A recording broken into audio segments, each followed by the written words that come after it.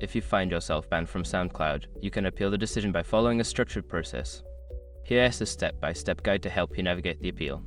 Step 1. Review the ban notification. Check your email or SoundCloud notifications for details about the ban. Understand the reason provided for the ban, as this will help you address the issue in your appeal.